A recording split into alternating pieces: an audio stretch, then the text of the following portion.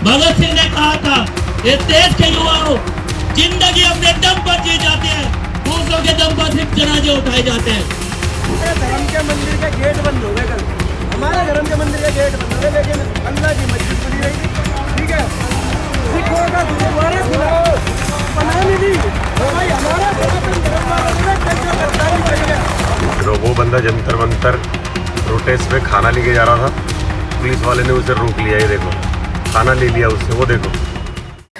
अब तक कई तस्वीरें आपने देखी ना कि आरएएफ के जो सिपाही हैं, बड़े बड़े पदों पर बैठे हुए लोग हैं, न महिलाओं को छोड़ रहे, न बच्ची को छोड़ रहे, न छोड़ रहे छोटे छोटे बच्चों को बेतरतीब तरीके से पीटा जा रहा है। पुलिस के लोग भी पीट रहे हैं।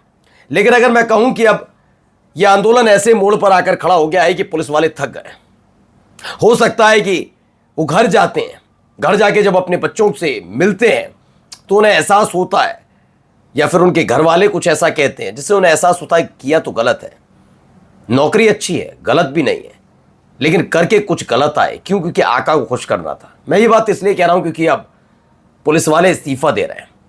एक एक करके इस्तीफों का दौर शुरू हो गया, मुंह पर दनादन इस्तीफे फेंके जा रहे हैं। यह बेचैनी वाली बात है। किसी भी देश के अंदर ऐसा हो कि अगर वहां का सुरक्षाकर्मी आंदोलन करने वाले छात्रों के साथ खड़ा हो जाए, वो बात अलग है कि कल आने वाले दिनों में कुछ भी बताया जा सकता है। और तो और दिखाऊंगा, पुलिस वाले कुछ ऐसे भी हैं, मैं अब आप उसे गलत माने सही माने, लेकिन बेचारे वो भी थक गए।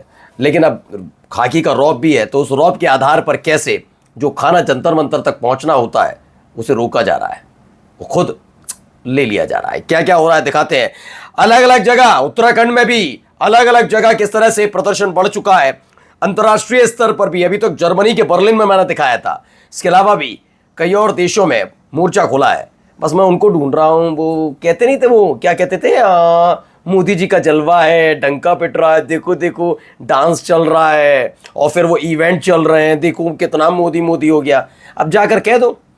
हाँ, लेकिन अब जो वहां पर नारेबाजी कर रहे हैं वो देश के हितैषी नहीं होंगे।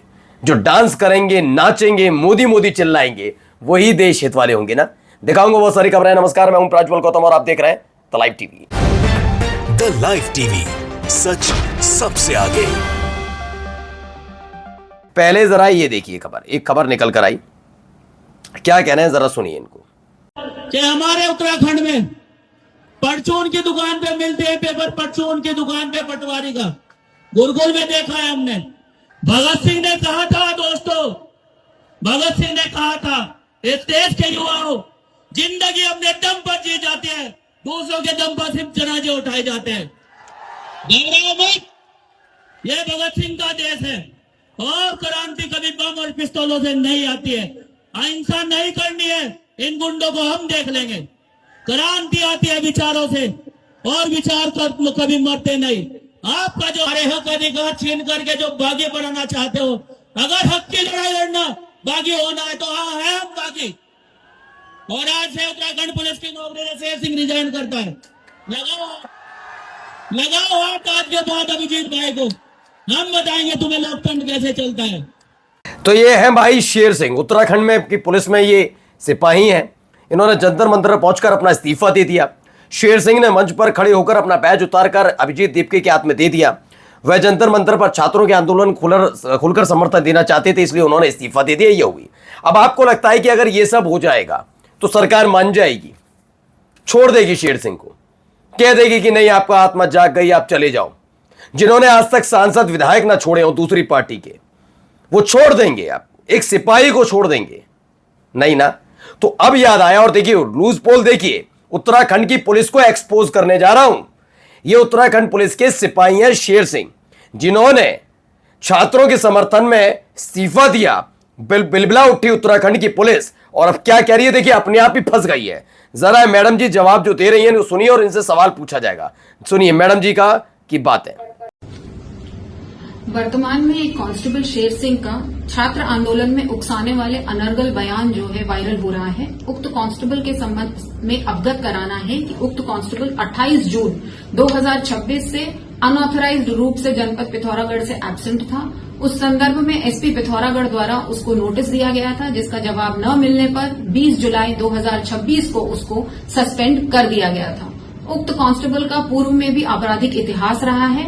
यह कांस्टेबल और इसका एक अन्य साथी प्रवीण वाल्मीकि जैसे कुख्यात गैंगस्टर के साथ मिलकर संगठित अपराध में लिप्त थे। यह लोग भोले भाले लोगों को डरा धमकाकर उनकी जमीन को कब्जा करते थे, जिसके संबंध में इनके विरुद्ध एफआईआर संख्या 415/2025 जनपद हरिद्वार में पंजीकृत की गई थी। 15/9/2025 को इसको गिरफ्तार करके जेल भेजा गया था। ये कई महीने जेल में रहा और वर्तमान मैडम है आईजी कुमायूं, जो भी इनका नाम हो। मैडम देखिए, मैं कहता हूं कि कानून की भाषा आप ज्यादा बेहतर समझती हैं, आप खाकी पहनी हुई हैं, लेकिन मुझे ऐसा अब तक पता है कि अगर कोई व्यक्ति पर इतना गंभीर आरोप और पुलिस, या तो पूरी की पूरी उत्तराखंड की पुलिस भ्रष्ट है, पुलिस भ्रष्ट मानूंगा। एक व्यक्ति जिसके बारे में मैडम को पता है कि वो अपराधियों के साथ मिला है, गैंगस्टर के साथ उसकी साठगांठ है, वो जेल जा चुका है, उसे 20 जुलाई, मैडम कह रही 20 जुलाई 2026 को आकर उसे क्या किया जाता है भाई, उसे सस्पेंड कर दिया जाता है। क्या इंतजार कर रही थी, किस बात का, किस बात का? यह पता लग रहा है जी मैडम, यह कार्रवाई किस लिए की गई है।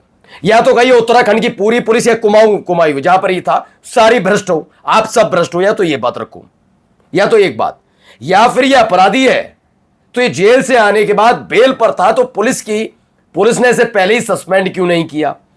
ये नौकरी में कैसे था? ये ड्यूटी क्यों कर रहा था? इस पर किसका आशीर्वाद था? क्या आपने बना रखा था? और अगर आपने बना रखा था, आप आईजी हैं और एक गैंगस्टर के साथ वाला पुलिस की वर्दी पहन के घूम रहा था, तो क्या कर रही थी आप?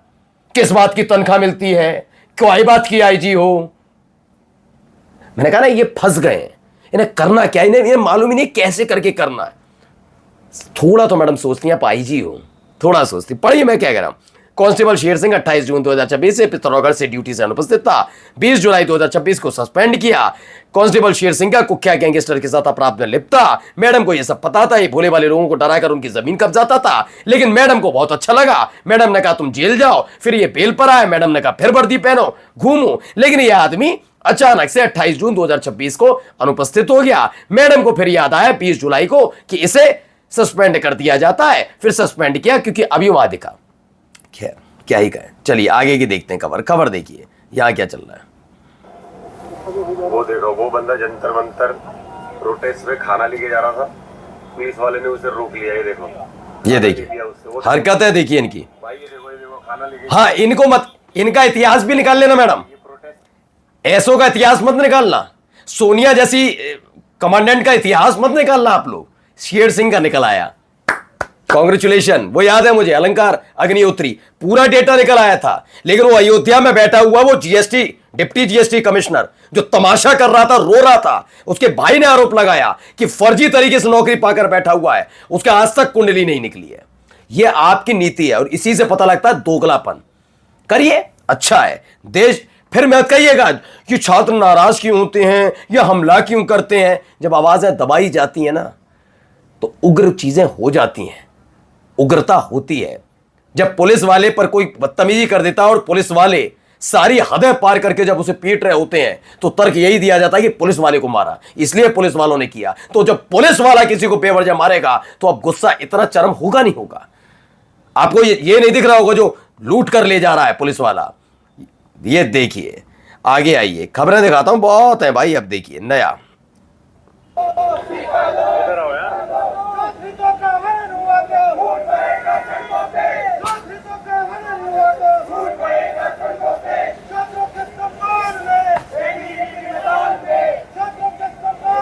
अब आप बताइए, अखिल भारतीय विद्यार्थी परिषद जो बीजेपी से ही संबद्ध रखती है, एनएसयूआई नहीं कह रहा, वो कांग्रेस वाली है, मसूरी में एबीवीपी के कार्यकर्ता कूद पड़े। बीजेपी के छात्र संघ के एबीवीपी के कार्यकर्ता धर्मेंद्र प्रधान के खिलाफ नारेबाजी कर रहे हैं। अब तो शर्म कर लो कुछ, अब तो लोग शर्म कर लो कम से कम। सुनिए यहां क्या कह रहे हैं, यहां क्या हो रहा है, जरा ये देखते चलिए। अलग अलग जगह चल रहा है।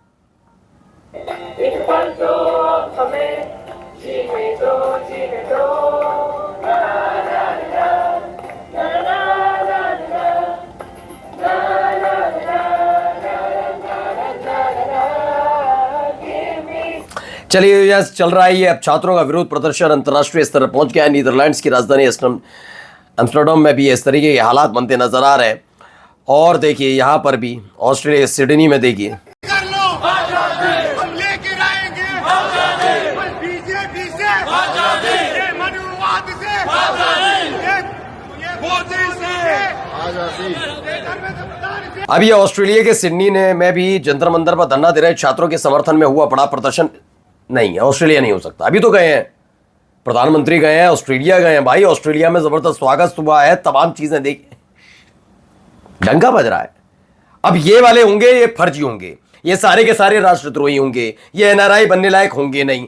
जो नाच रहे थे, गा रहे थे, जो इनको भर भर कर लाया गया, ऑस्ट्रेलिया के पत्रकारों को खोल दी पोल, भर भर कर लाए थे पूरी सब्जी खिलाने के नाम पर। मतलब पूरी सब्जी तो मैं वैसे कह रहा हूं यहाँ के हिसाब से, लेकिन वहां खाने का दिलासा ले लेकर लाए गए थे, वो इवेंट नहीं है। यहाँ भी सुनिए यहाँ क्या कह रहे हैं, जरा इनको सुनिए।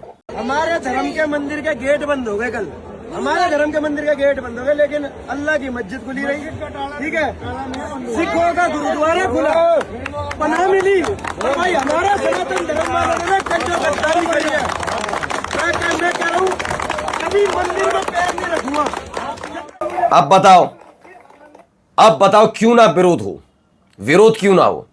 ये कहां लाकर देश खड़ा किया है? आप तो हिंदुओं को बचाने आए थे ना, कहां लाकर खड़ा कर दिया देश? कैसी स्थिति बना दी अपने ही देश के अंदर? हिंदू इस बात का ऐलान कर रहा है। क्यों कर रहा है? क्योंकि आपने ऐसा देश बनाया है, इसीलिए। अब बिलबिला जाएंगे वो जो पल रहे हैं, ठेके पे पलते हैं ना, लंपट किस्म के गुंडे मवाली, कि तूने कैसे कह दिया हिंदुओं के लिए, मंदिर के बारे में कैसे कह दिया, तो वो तलवार निकाल लूंगा, मैं ये कर लूं। कहता हूं बेटा सब्र करो, सरकार बदलेगी ना। जेल की सलाखों के पीछे चाहे वो महिला हो या पुरुष, यकीन बता रहा हूं लंबी सजा होनी चाहिए। जिन्होंने जिंदगी भर तमाशे किए, रोजगार के नाम पर दिहाड़ी मजदूरों, आओ। अब आइए, एक तस्वीर है, पहले एएनआई की तस्वीर दिखा दें कि सीजेपी का प्रतिनिधिमंडल वहां पर पहुंचा था, नड्डा साहब से मुलाकात है। नड्डा साहब तो का कोई लेना देना नहीं है धर्मेंद्र प्रधान वाले मामले से, मतलब वो स्वास्थ्य मंत्री हैं, खैर। और डॉक्टर जितेंद्र सिंह हैं, खुद आलीशान सोफे बैठे हैं और युवा के प्रतिनिधि को सस्ती कुर्सी पर बैठाया हुआ है। यही घमंड इनको कुर्सी से उठाएगा, ये कहा जा रहा है।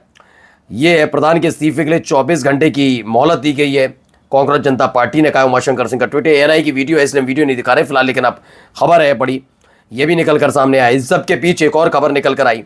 आज तक के सूत्रों के मुताबिक कह दिया है कि धर्मेंद्र प्रधान इस्तीफा नहीं देंगे। सरकार एनटीए में समस्याओं का पता लगा रही है, पेपर लीक में शामिल कई गैंग पर कार्रवाई हुई है, ये सब चीजें कर रही है। मैं कह रहा हूं धर्मेंद्र प्रधान का इस्तीफा नहीं ले पाएंगे। फिर समझिए कि इनके यहां ऐसा नहीं है कि बहुत बड़ी बात है कि धर्मेंद्र प्रधान कोई बहुत बड़े नेता है इसलिए मोदी जी उन पर प्यार बरसा रहे, नहीं। यहां इस्तीफा नहीं गिरेगा, इस्तीफे गिरेंगे।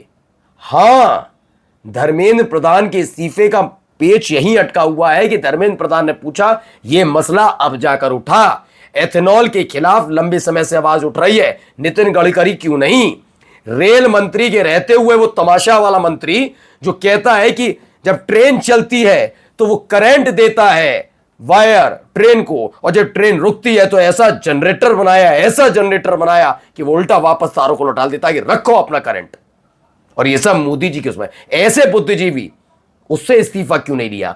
अर्थव्यवस्था का बेड़ा गर्क करने वाली निर्मला सीतारमण से इस्तीफा क्यों नहीं? और इस देश में जगह जगह हो रहे इन चीजों के बीच इस गृह मंत्री से इस्तीफा क्यों नहीं? यहीं पर अटके, इसलिए इस्तीफा नहीं ले पाएंगे। भाई बहुत मुश्किल है।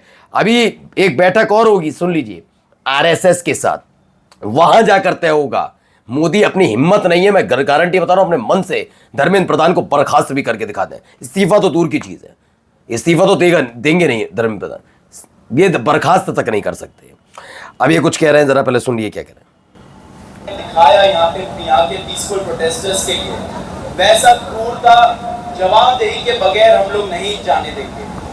तो जैसे हम लोगों ने पहले भी अनाउंस किया, हर एक ऑफिसर जिसने सीधा बच्चों के ऊपर हमला किया, सर फोड़ा, हाथ। तो हम एक वेबसाइट शुरू कर रहे हैं जहां घायल प्रदर्शनकारी और पुलिस द्वारा मारपीट के शिकार हुए लोग शामिल पुलिसकर्मियों की तस्वीरें अपलोड कर सकते हैं, और होनी भी चाहिए। बात ये नहीं, आप ये मत कहिए ये उन्मादी हैं। खाकी के भेष में अगर व्यक्ति उन्मादी उत्पाती हो जाए तो वो देश के लिए सबसे ज्यादा घातक है। और कुछ ऐसी ही तस्वीरें निकली भी थी, ऐसी ही तस्वीरें निकली थी। सरकार जब आवारा हो जाए, संसद आवारा हो जाए, देश के लिए घातक है। खाकी के भेष में बैठे हुए लोग बर्बर हो जाए, उन्मादी हो जाए, घातक है। घातक है ये संवैधानिक पद पर बैठा हुआ व्यक्ति तानाशाह हो जाए, घातक है। इसलिए कहते हैं आवाज उठनी चाहिए, सबकी आवाज उठनी चाहिए। और जितने ऐसे मिलते हैं, सस्पेंशन नहीं, बर्खास्तगी, और कम से कम इतना कि उनकी 1-2 पीढ़ी और उस सेवा में कभी आ ना पाए। नमस्कार।